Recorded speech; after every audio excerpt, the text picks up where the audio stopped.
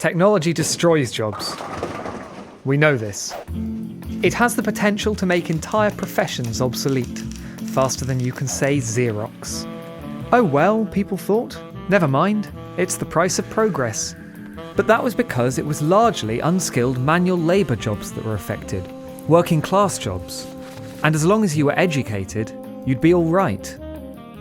But then came the internet.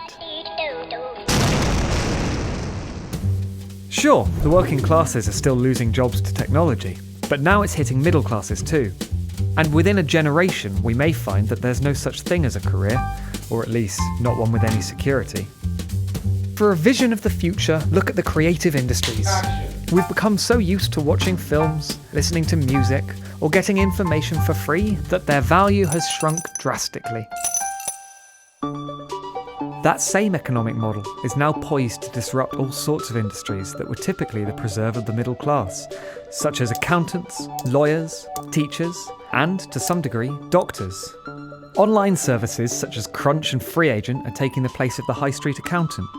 Companies such as LegalZoom and Rocket Lawyer are simplifying the process of creating legal documents.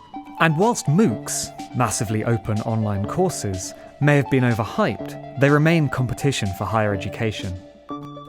But, say the doctors, we're secure.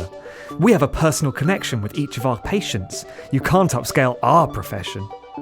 True, but there's already apps like HealthTap and Doctor on Demand, which can put patients directly in touch with a GP from their smartphone. Imagine that, combined with a cloud service like TaskRabbit, where you could send a list of jobs, or, say, ailments, and hundreds of doctors around the world compete to diagnose you. This is the commodification of labour, where any one task or service can be put out to a hungry, worldwide and freelance workforce, where it's winner takes all and no one local business could depend on regular custom. And even those who are working can't make any guarantees where innovations are concerned. For example, what's to stop a company like taxi app Uber cutting loose its tens of thousands of drivers once driverless cars become commonplace?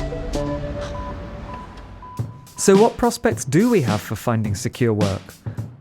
Work that pays well enough to cover our new lack of formal employee benefits in this new, informal economy.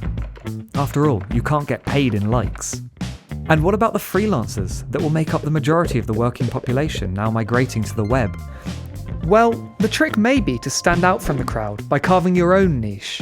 An area of your industry which is suitably specialist, but which isn't lucrative enough that you'll be competing with billions of freelancers or one giant monopoly. And go global. Pitch yourself to the world and become renowned for your particular field of expertise.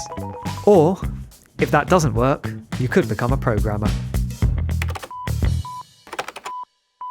Imagine the information on your company phone in the hands of your employer.